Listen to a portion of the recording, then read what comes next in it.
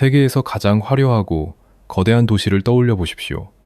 매일 수백만 명의 사람들이 쏟아져 나오는 신주쿠역의 거대한 교차로, 끝없이 펼쳐진 빌딩 숲, 그리고 숨막힐 듯 정교하게 얽힌 지하철 노선도 사람들은 묵묵히, 그러나 놀라운 질서 속에서 이 거대한 콘크리트 미로를 걸어갑니다.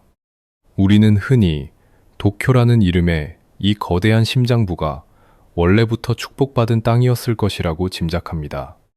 그토록 거대한 자본과 권력이 모여들려면 당연히 그 바탕에는 매우 뛰어난 지리적 조건과 풍부한 자원이 있었을 것이라고 믿기 때문입니다.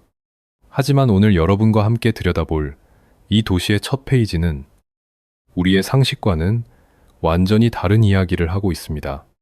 도쿄의 찬란한 불빛 아래 켜켜이 쌓인 아스팔트와 콘크리트를 걷어내면 그 밑에는 과연 무엇이 있을까요? 놀랍게도 메가시티의 시작은 찬란한 약속의 땅이 아니라 지독한 악취가 진동하는 버려진 유배지였습니다. 시간을 거슬러 1590년으로 가보겠습니다.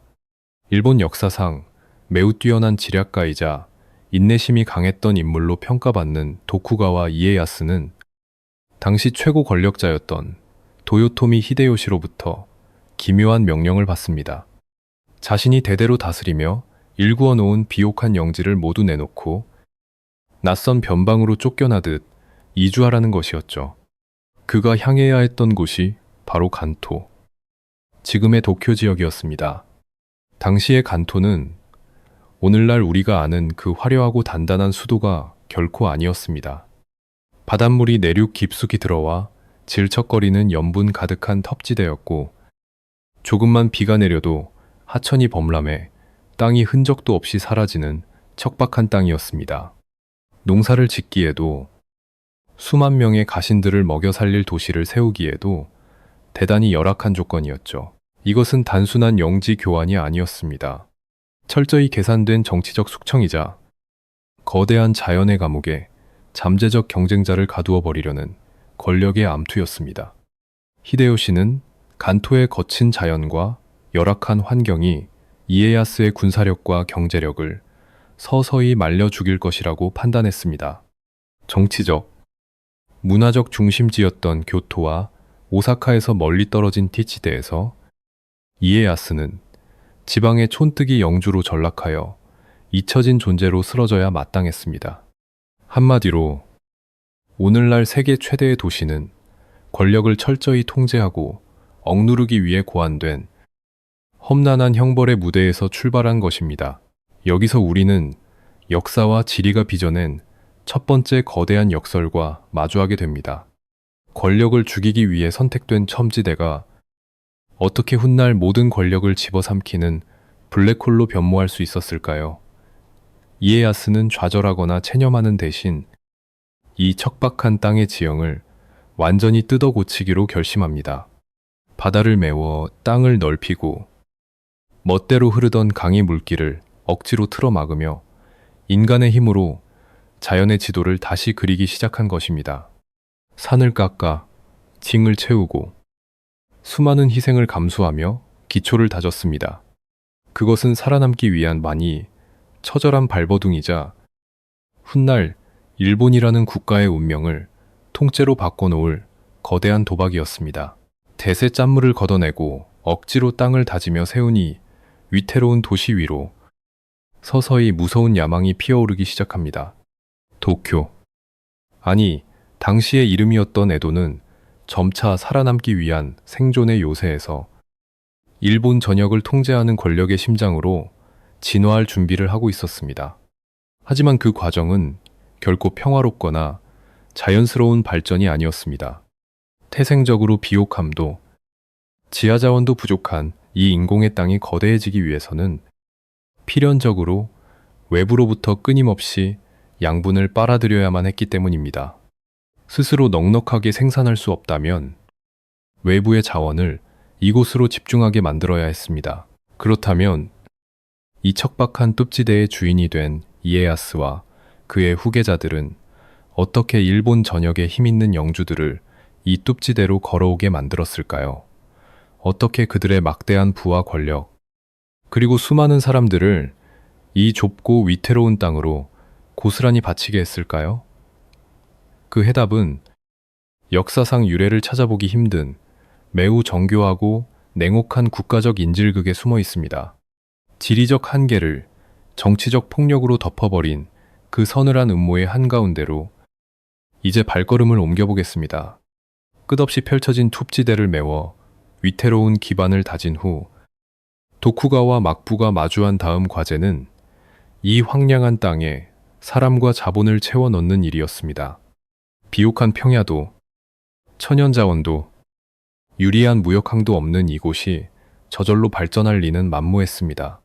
그래서 막부는 지리적 열세를 극복하기 위해 매우 기형적이고 냉혹한 정치적 도구를 꺼내듭니다. 바로 참근교대라는 이름의 제도였습니다.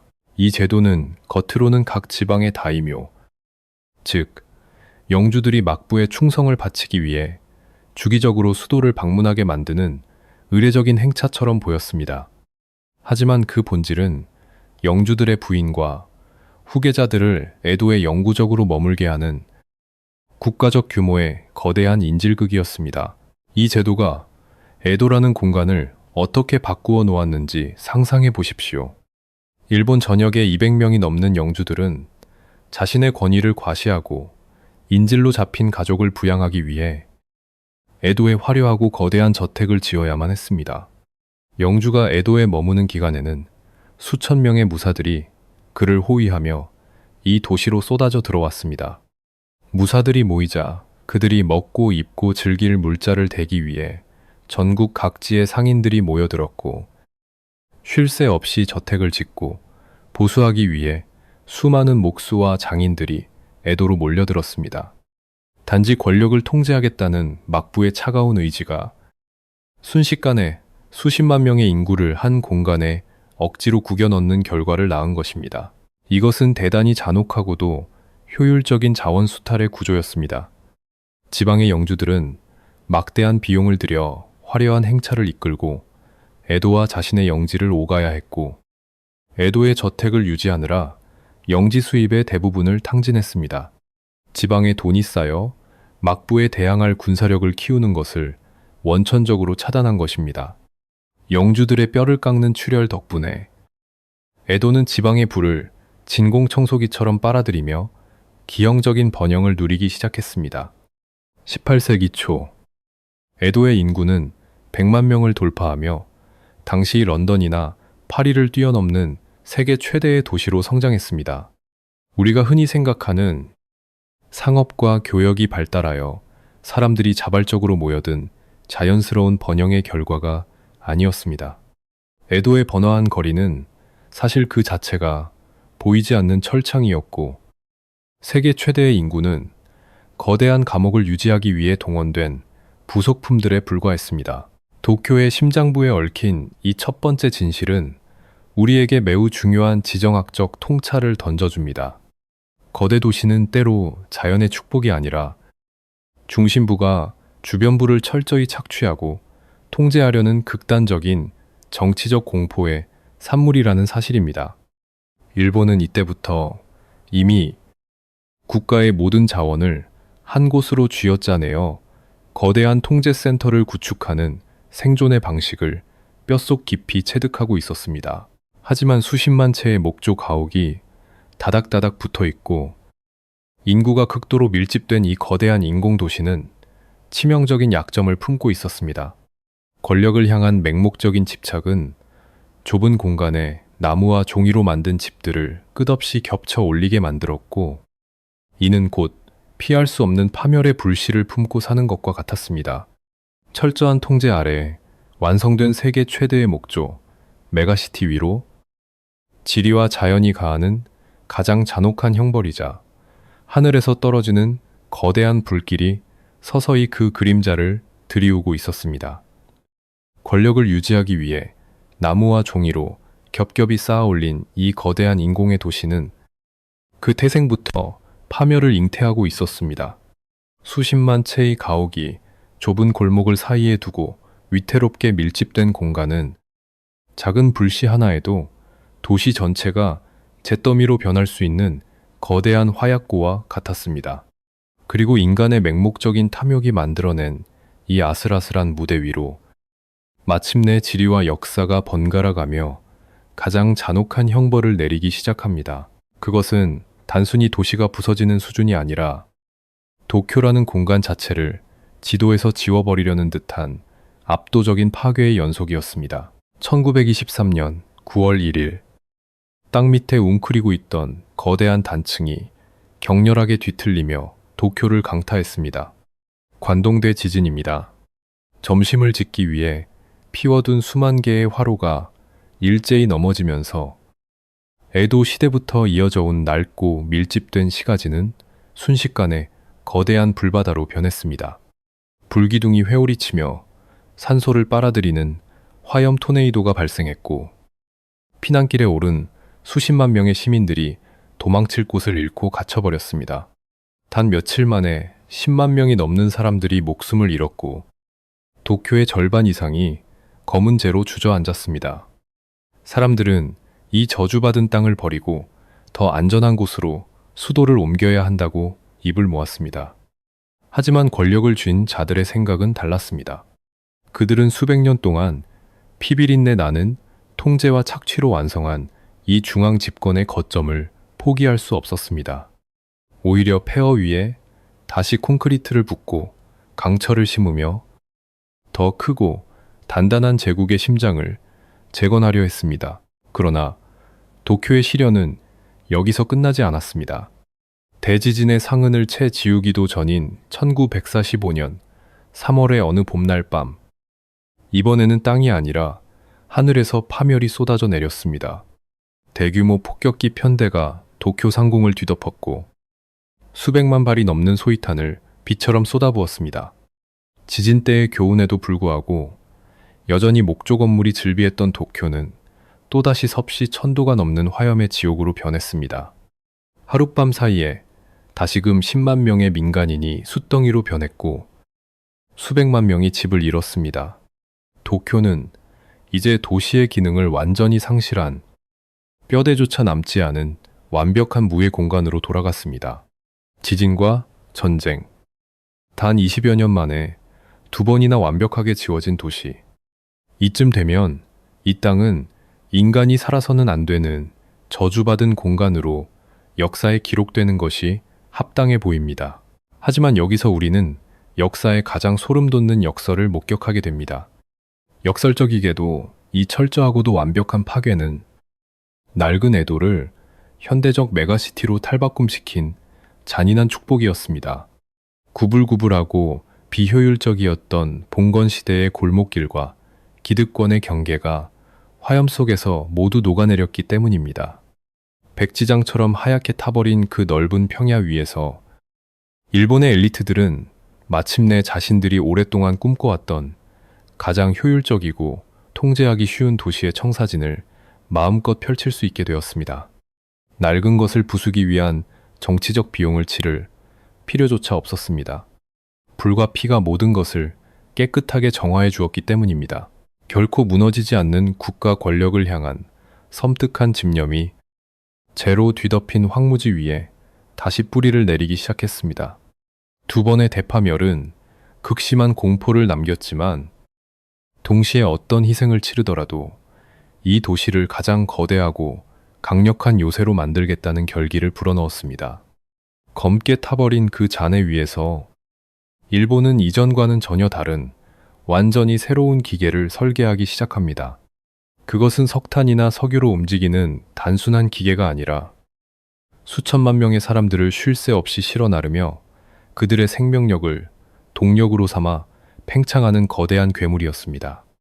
잿더미가 된 백지 위에서 도쿄를 다시 세우기 위해 일본의 설계자들이 가장 먼저 착수한 작업은 화려한 빌딩을 올리는 것이 아니었습니다. 그들은 거대한 도시가 살아 숨쉬기 위해 반드시 필요한 생명선, 즉 심장과 전신을 연결할 강철 혈관을 이식하는 작업에 돌입했습니다. 미국을 비롯한 서구의 많은 도시들이 넓은 영토를 바탕으로 자동차와 고속도로 중심의 확장을 선택했을 때 자원도 영토도 부족했던 일본은 완전히 다른 길을 걷게 됩니다.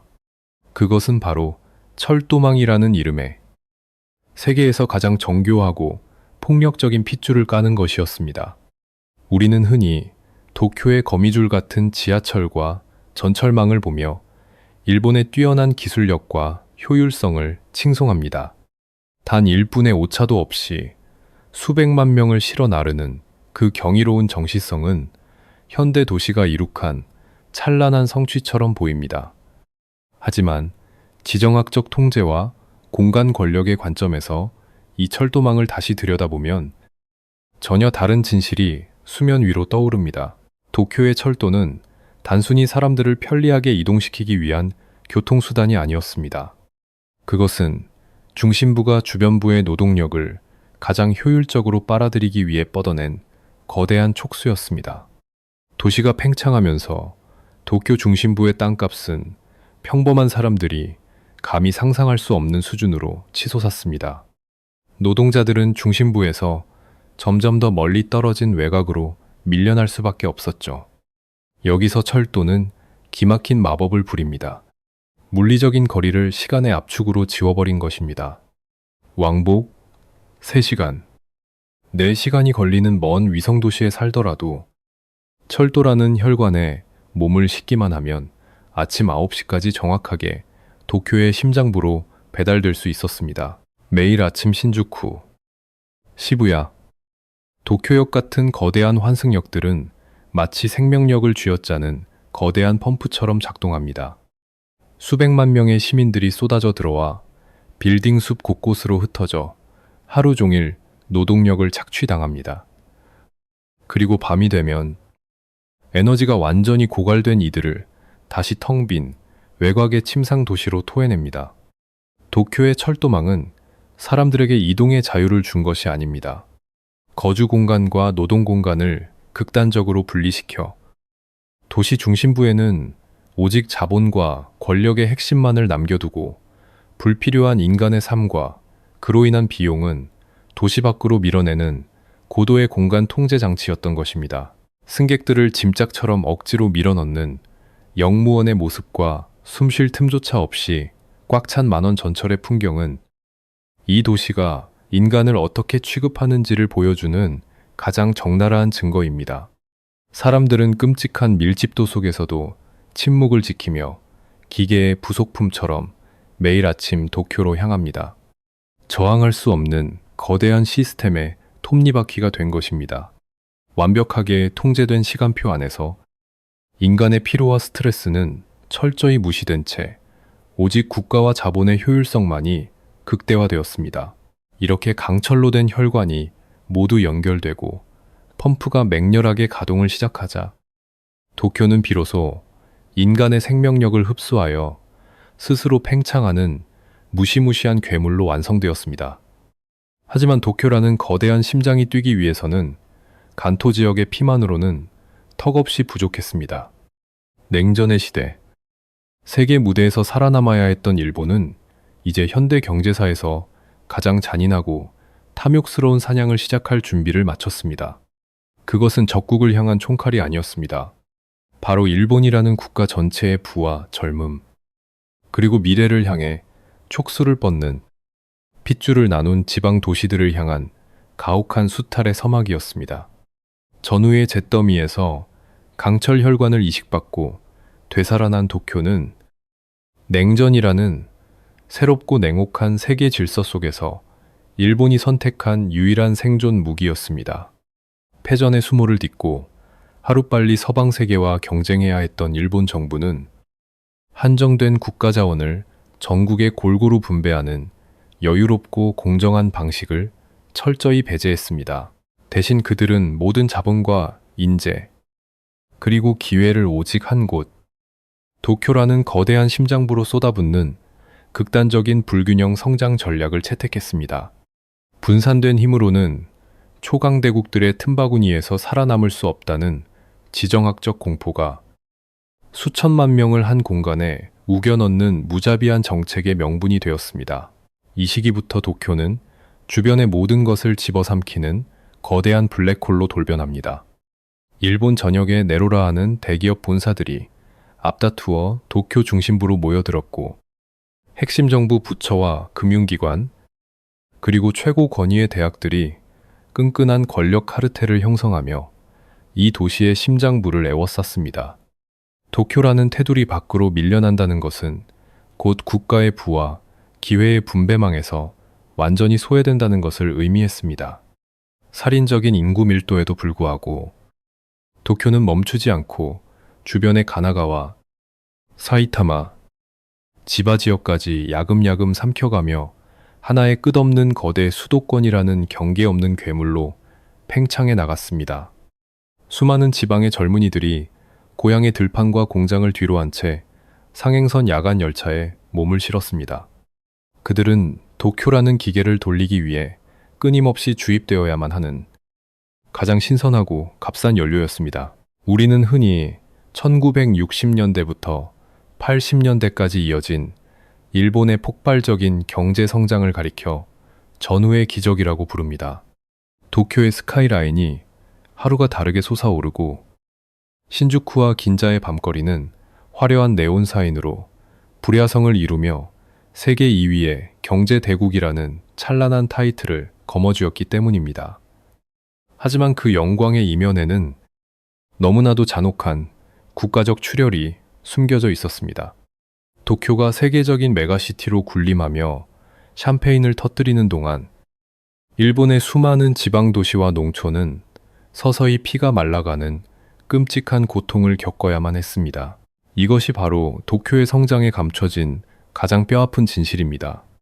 일본이라는 국가 전체가 허리띠를 졸라매며 마땅히 지방에 투자해야 할 도로와 항만 예산마저 모조리 도쿄로 집중시켰습니다. 지방이 오랜 시간 정성껏 길러낸 가장 똑똑하고 젊은 인재들은 도쿄의 빌딩 숲으로 끝없이 흡수되어 영영 고향으로 돌아오지 않았습니다. 겉보기에는 국가 전체가 눈부신 번영을 누리는 것처럼 보였지만 그 실상은 거대한 머리 하나를 키우기 위해 온몸의 근육과 장기를 서서히 갉아먹는 기형적인 생존 방식이었습니다. 도쿄에 멈출 줄 모르는 영광은 결국 고향을 잃어버린 수백만 명의 청춘들과 쇠락해가는 지방의 피와 땀을 태워서 만든 서글픈 불꽃이었던 것입니다. 하지만 탐욕스럽게 모든 것을 흡수하며 몸집을 불리던 이 거대한 포식자는 스스로가 만들어낸 압도적인 중력에 의해 서서히 이성을 잃어가고 있었습니다.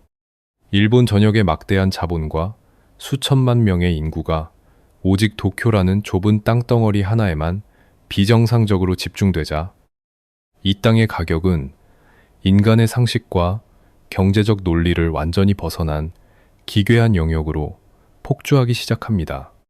맹목적인 공간에 대한 집착이 만들어낸 환각은 마침내 한 제국의 눈을 완전히 멀게 만드는 역사상 유례를 찾아볼 수 없는 가장 거대하고 광기 어린 거품을 부풀려 올리고 있었습니다. 1980년대 후반, 도쿄라는 거대한 용광로는 마침내 이성을 잃고 끓어오르기 시작했습니다. 수십 년 동안 국가의 모든 부와 인재, 그리고 권력을 블랙홀처럼 빨아들인 결과 좁은 도쿄의 땅덩어리는 그 자체로 하나의 신흥 종교이자 절대적인 숭배의 대상이 되어버렸습니다. 도쿄의 땅을 가지고 있다는 것은 단순히 자산을 소유한 것을 넘어 영원히 무너지지 않는 계급의 정점에 섰음을 의미하는 신분증이나 다름없었습니다. 사람들은 이 도시의 땅값이 영원히 오를 것이라는 맹목적인 토지 신화에 깊이 빠져들었고, 은행들은 실체조차 불분명한 숫자를 담보로 천문학적인 돈을 찍어내며 기업과 개인에게 무분별한 대출을 남발했습니다. 이 숨막히는 집단 최면의 시기를 우리는 거품 경제, 즉 버블 시대라고 부릅니다. 당시 도쿄가 뿜어내던 광기와 오만함을 가장 적나라하게 보여주는 상징적인 일화가 있습니다. 도쿄 중심부에 자리 잡은 고쿄, 즉 천황이 머무는 황궁의 비좁은 부지 가치가 미국 캘리포니아주 전체의 부동산을 모두 합친 것보다 더 비싸게 평가되었다는 사실입니다. 지리적 상식과 경제적 논리를 모두 짓밟는 참으로 어처구니 없는 현상이었습니다. 광활한 영토와 막강한 농업 및 산업 생산력을 자랑하는 캘리포니아 전체의 물리적 가치가 어떻게 극동아시아의 작은 섬나라 수도에 있는 몇십만 평짜리 흙바닥보다 못할 수 있겠습니까? 하지만 당시의 일본인들은 그 기괴한 가치평가를 의심하기는커녕 도쿄가 마침내 서구 자본주의를 굴복시키고 세계의 중심이자 우주의 심장으로 등극했다며 샴페인을 터뜨렸습니다. 그들은 넘쳐나는 잉여 자본으로 뉴욕의 상징적인 마천루들을 사들이고 할리우드의 거대 영화사를 쇼핑하듯 매입하며 지리적 한계를 돈으로 극복한 영원한 제국의 황금기가 도래했다고 굳게 믿었습니다. 그러나 이 찬란하고 눈부신 번영의 정체는 인간의 끝없는 탐욕이 빚어낸 지독한 환각에 불과했습니다. 도쿄가 자랑하던 압도적인 부의 팽창은 혁신적인 기술의 진보나 새로운 가치의 창출에서 비롯된 것이 아니었습니다. 그것은 오직 도쿄라는 한정된 공간에만 국가의 모든 생존 기회와 권력을 독점시켜 놓은 기형적인 구조가 만들어낸 극단적인 희소성의 부작용이었습니다. 지방에서는 더 이상 살아남을 수 없으니 모두가 살기 위해 도쿄의 좁은 땅을 원했고, 그 맹목적이고 절박한 수요가 땅값을 하늘 끝까지 밀어올린 것 뿐이었습니다. 실체가 없는 욕망과 맹신으로 부풀어 오른 거대한 풍선은 바늘 끝만 스쳐도 흔적 없이 터질 수밖에 없는 지극히 위태롭고 텅 빈 껍데기였습니다. 1990년대에 접어들며 마침내 그 길었던 집단 환각의 시간은 잔인한 마침표를 찍게 됩니다. 거품이 터지면서 천정부지로 치솟았던 도쿄의 땅값은 무서운 속도로 곤두박질 쳤고, 허공에 떠있던 수조 달러의 막대한 국부는 순식간에 연기처럼 증발해버렸습니다. 영원할 것만 같았던 경제 제국의 자존심은 차가운 아스팔트 바닥 위로 처참하게 내동댕이 쳐졌고, 일본은 잃어버린 10년이라는 길고 어두운 쇠퇴의 터널 속으로 빨려 들어갔습니다. 사람들은 그제야 자신들이 절대적으로 믿고 딛고 서 있던 화려한 땅이 황금으로 다져진 무대가 아니라 언제든 붕괴할 수 있는 위태로운 모래성이자 거대한 빚더미였다는 차가운 현실을 깨달았습니다. 하지만 여기서 끝이 아닙니다. 진정으로 소름 끼치는 비극은 경제의 화려한 거품이 씻겨 내려간 뒤에야 비로소 그 진짜 민낯을 드러냈습니다. 허상으로 쌓아 올린 막대한 부와 헛된 자만심은 허무하게 사라졌지만, 수천만 명의 사람들을 좁은 공간에 몰아넣고 쉴 새 없이 쥐어짜는 도쿄라는 이 잔인한 흡혈 기계 자체는 결코 작동을 멈추지 않았기 때문입니다. 오히려 경제가 붕괴하고 일상이 팍팍해질수록 이 거대한 시스템은 살기 위해 발버둥치는 젊은이들을 더 가혹하고 비인간적인 환경으로 내몰았습니다. 천문학적인 유지 비용을 요구하는 이 거대 도시가 파산하지 않고 억지로 돌아가기 위해 그 안에 갇힌 평범한 인간들은 과연 자신들의 일상과 영혼을 어떻게 깎아내며 적응해야만 했을까요? 화려한 네온 사인 뒤편의 비좁은 어둠 속에서 숨막히는 공간의 압박을 묵묵히 견뎌내야 했던 메가시티의 잔혹한 생존법 속으로 깊이 들어가 보겠습니다. 거품 경제의 화려한 환상이 깨진 뒤 도쿄의 거리는 다시 차가운 현실로 돌아왔습니다. 허공으로 증발해버린 막대한 부의 빈자리를 채워야 하는 것은 결국 이 도시의 모세혈관을 채우고 있는 평범한 사람들의 몫이었습니다. 국가의 경제 엔진이 둔화될수록 도쿄라는 거대한 기계는 멈추지 않기 위해 사람들의 일상과 영혼을 더욱 가혹하게 쥐어짜기 시작했습니다. 이 지독한 생존 경쟁 속에서 사람들이 적응해 나간 방식은 공간을 기형적으로 압축하고 스스로의 자아를 지워버리는 것이었습니다. 우리는 흔히 도쿄를 세계에서 가장 안전하고 깨끗하며 언제 어디서나 원하는 것을 얻을 수 있는 완벽하게 편리한 도시라고 칭송합니다. 밤늦게 혼자 걸어도 안전한 골목길, 몇 걸음마다 빛나고 있는 편의점과 자판기는 분명 경이로운 치안과 편의성의 상징입니다. 하지만 서울이라는 또 다른 거대 도시에 숨막히는 경쟁을 겪어본 우리 한국인들이라면 이 완벽한 통제와 질서가 결코 공짜로 얻어지는 것이 아님을 본능적으로 직감할 수 있을 것입니다. 도쿄의 그 놀라운 편리함 이면에는 인간의 가장 기본적인 권리인 물리적 공간과 개인의 고유한 자아를 철저히 반납해야만 하는 끔찍한 교환 법칙이 숨어 있습니다. 도쿄에서 살아간다는 것은 곧 좁은 공간과의 끝없는 사투를 의미합니다. 중심부의 살인적인 임대료를 감당할 수 없는 청년들은 두 팔을 벌리면 양쪽 벽에 손이 닿는 불과 세평 남짓한 초소형 원룸으로 스스로를 밀어넣습니다. 심지어 집을 구하지 못한 사람들은 관처럼 좁고 네모난 캡슐 호텔의 작은 칸막이 안으로 기어들어가 잠을 청합니다. 이 기괴한 주거 형태는 더 이상 인간이 안식을 누리고 삶을 가꾸는 따뜻한 보금자리가 아닙니다. 그것은 단지 다음 날 다시 도쿄라는 거대한 공장에 투입되기 위해 지친 육신이라는 이름의 건전지를 밤새 충전해두는 차가운 보관함에 불과합니다. 메가시티의 압도적인 물리력은 인간이 온전히 숨을 쉴 수 있는 최소한의 입체적 공간마저 무참히 평면으로 찌그러뜨려 버렸습니다. 인간의 존엄성은 부동산의 가격표 앞에서 속수무책으로 축소되었습니다. 하지만 물리적 공간의 압축보다 훨씬 더 무서운 것은 바로 영혼의 압축입니다. 매일 아침 출근길, 발 디딜 틈조차 없이 꽉 찬 만원 전철 안을 상상해 보십시오. 수백 명의 타인과 숨결이 닿을 만큼 몸이 밀착되어 있지만 그 좁은 열차 안은 소름 끼치도록 완벽한 침묵으로 가득 차 있습니다. 누구도 입을 열지 않고 누구와도 눈을 마주치지 않습니다. 이것은 단순히 타인을 배려하는 일본인 특유의 예의 바름 때문만이 아닙니다. 그것은 사방이 꽉 막힌 극단적인 밀집도 속에서 자신이 미치지 않고 버텨내기 위해 마지막 남은 단일 밀리미터의 정신적 방어막을 치는 처절한 생존 본능입니다. 철저하게 투명 인간이 됨으로써 스스로를 보호하는 것입니다. 과도한 업무와 스트레스로 인해 자리에서 목숨을 잃는 과로사라는 비극적인 단어가 바로 이 도시에서 탄생한 것은 결코 우연이 아닙니다. 거대한 시스템 속에서 인간은 대체 가능한 톱니바퀴가 되어야 했고 튀어나온 모서리는 깎여나가며 침묵하는 부속품으로 길들여져야만 했습니다. 여기서 도쿄가 품고 있는 가장 서글픈 역설이 완성됩니다.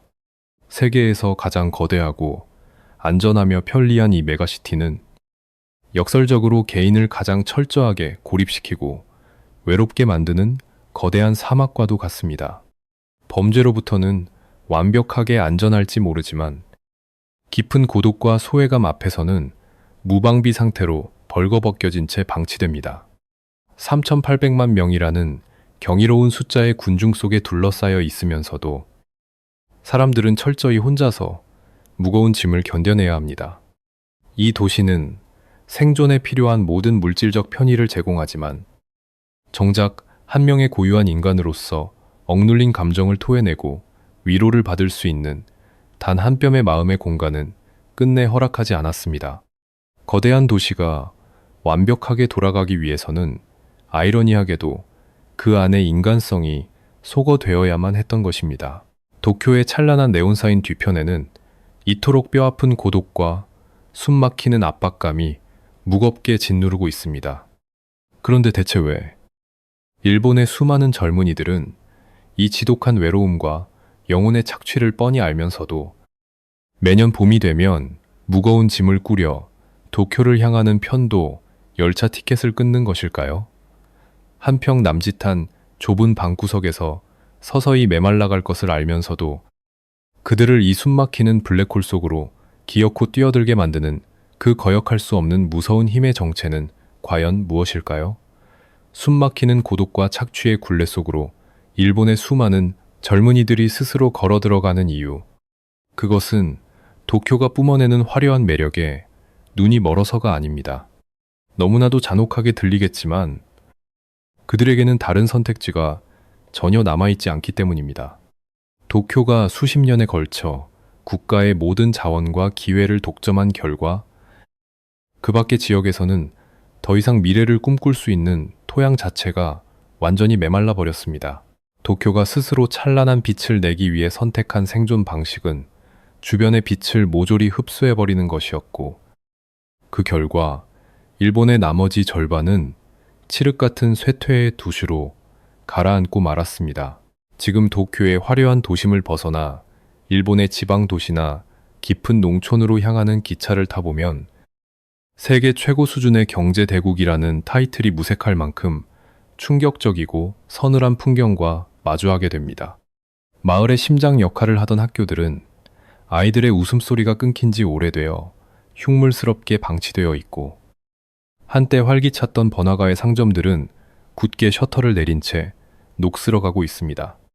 무엇보다 가장 섬뜩한 것은 아키야, 즉 버려진 빈집들의 끝없는 행렬입니다.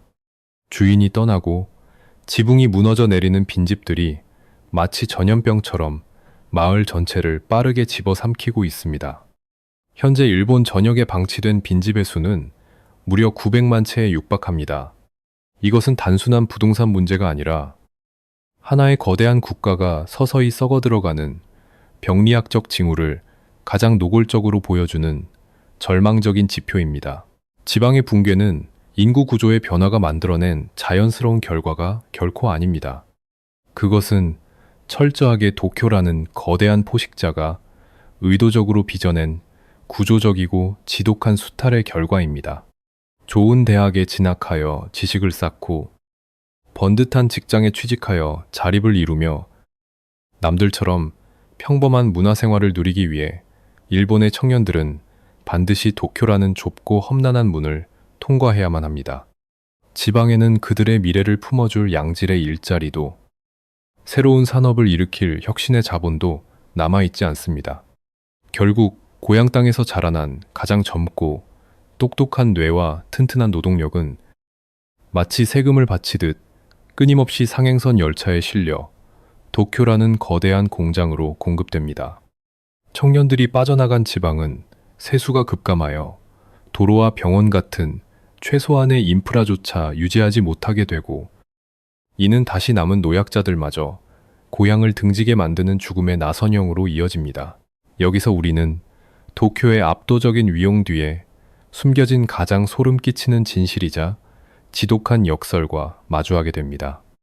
도쿄에 멈추지 않는 팽창과 번영은 일본이라는 국가 전체의 건강한 활력을 증명하는 훈장이 아닙니다. 오히려 그것은 거대한 기생충이 숙주의 생명력을 갉아먹으며 비정상적으로 비대해지는 끔찍한 과정과 같습니다. 세계 최대의 메가시티라는 찬란한 영광은 사실 자신의 살과 뼈인 지방 도시들의 목숨을 제물로 바쳐 얻어낸 피 묻은 트로피입니다. 도쿄는 스스로의 자생력으로 커진 것이 아니라 어머니인 일본 국토 전체를 문자 그대로 잡아먹으며 그 몸집을 불려온 것입니다.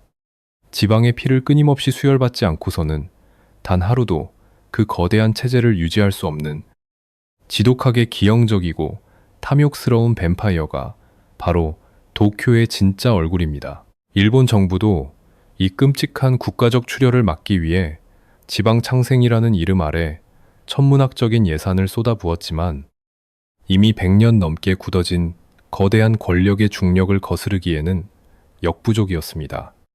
도쿄의 불빛이 거대하게 타오를수록 역설적이게도 일본 전체의 지도는 점점 더 어두워지고 쪼그라들고 있습니다.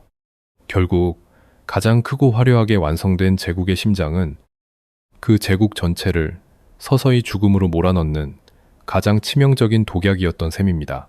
하지만 자신의 살을 파먹으며 끝없이 팽창하던 이 탐욕스러운 거대 포식자에게도 감히 인간의 오만한 권력과 자본으로는 결코 통제할 수 없는 거대한 공포의 그림자가 짙게 드리워져 있습니다.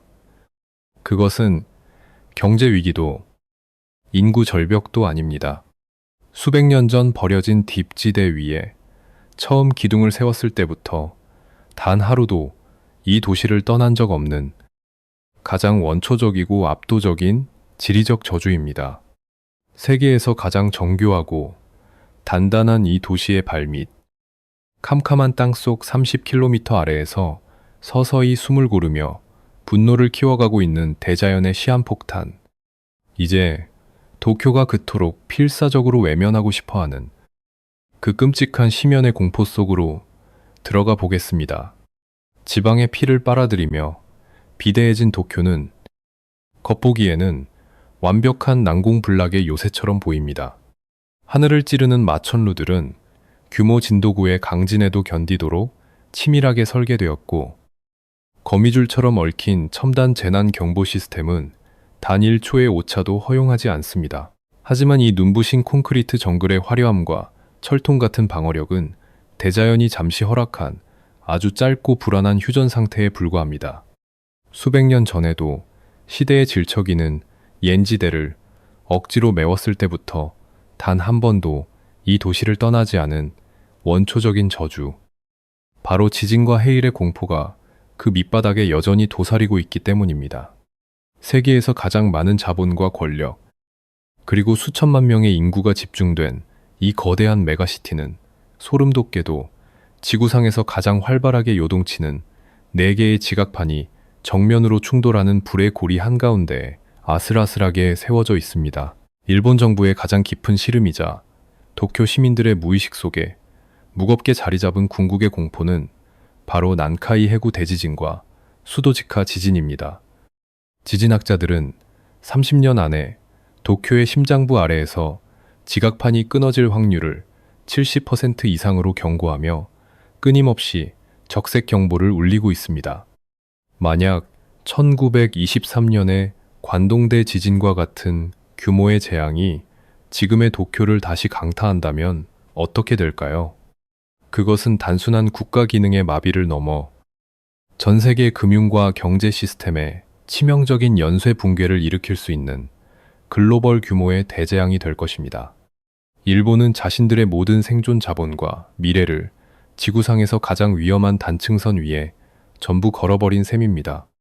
이 아찔한 지리적 도박 앞에서 인간은 극도의 불안감을 달래기 위해 기술이라는 이름의 오만한 방패를 지하 깊숙한 곳에 쌓아 올리기 시작했습니다. 도쿄 외곽 사이타마현의 지하 50m 아래에는 인간의 경이로운 집념과 공포를 동시에 보여주는 거대한 지하 공간이 숨겨져 있습니다.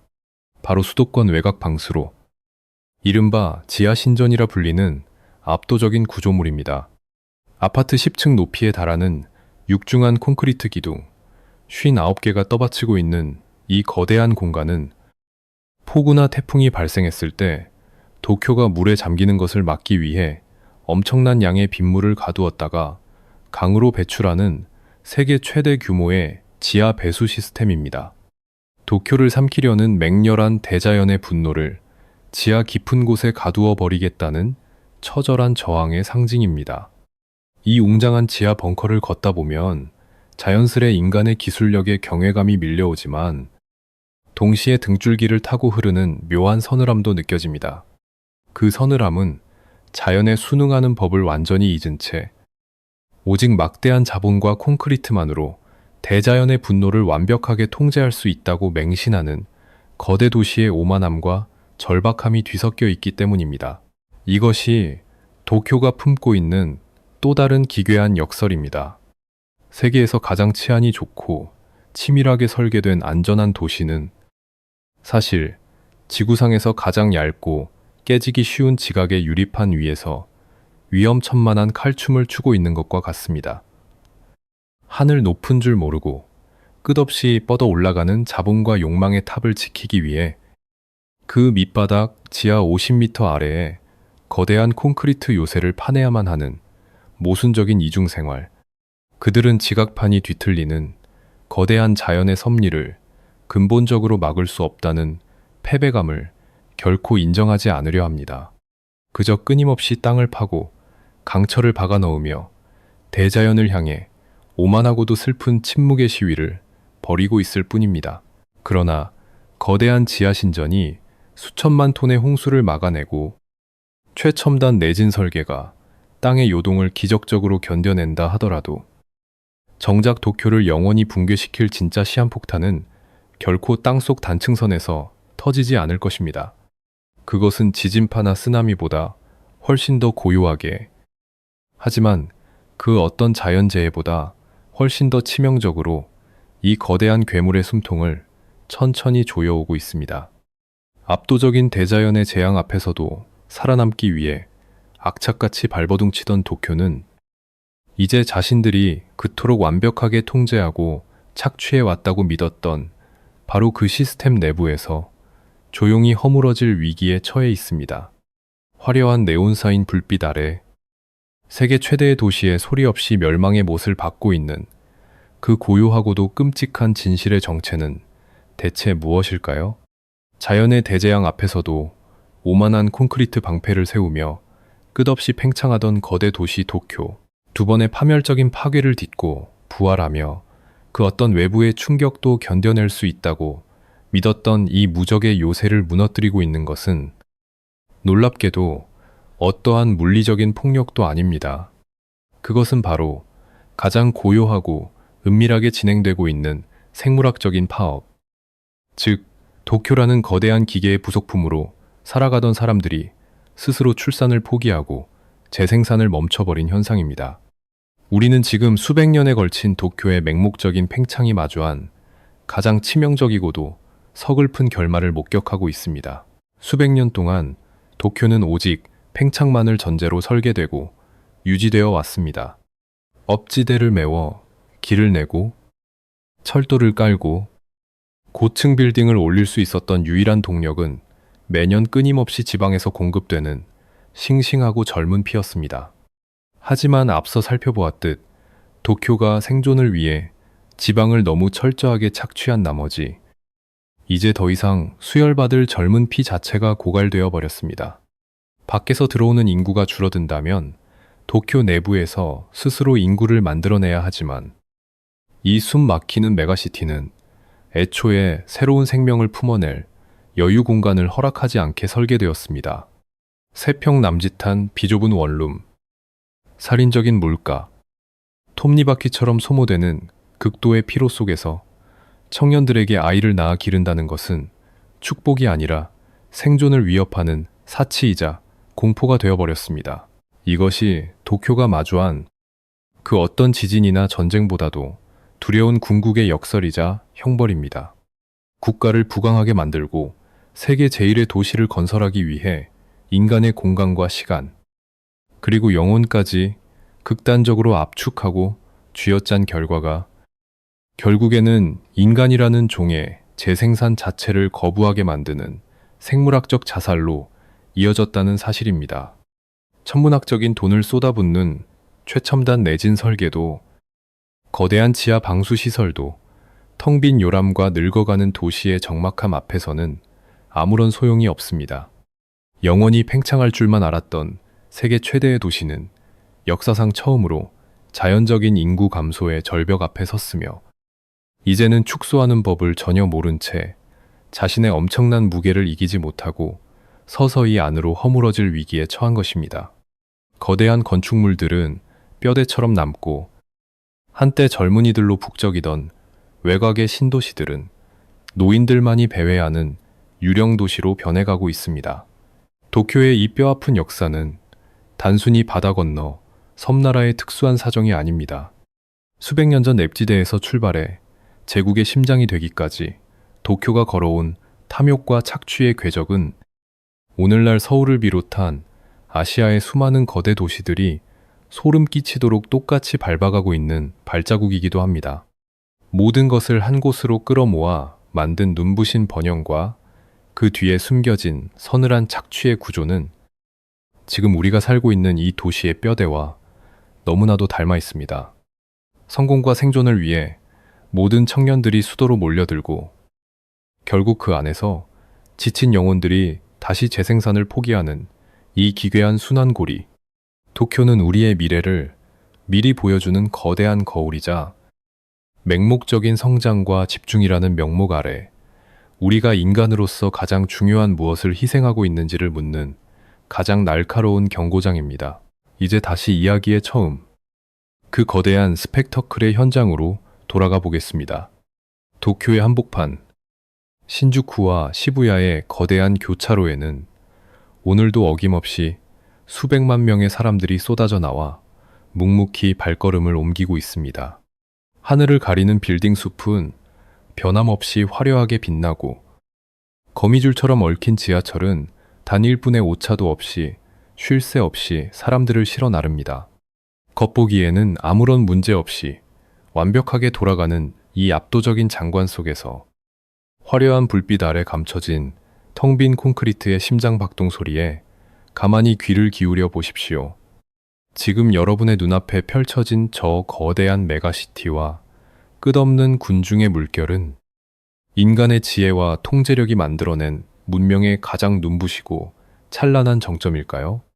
아니면 거대한 신기루가 영원히 사라지기 직전 스스로를 맹렬하게 태우며 마지막으로 내뿜는 가장 슬프고 장엄한 잿빛 불꽃일까요?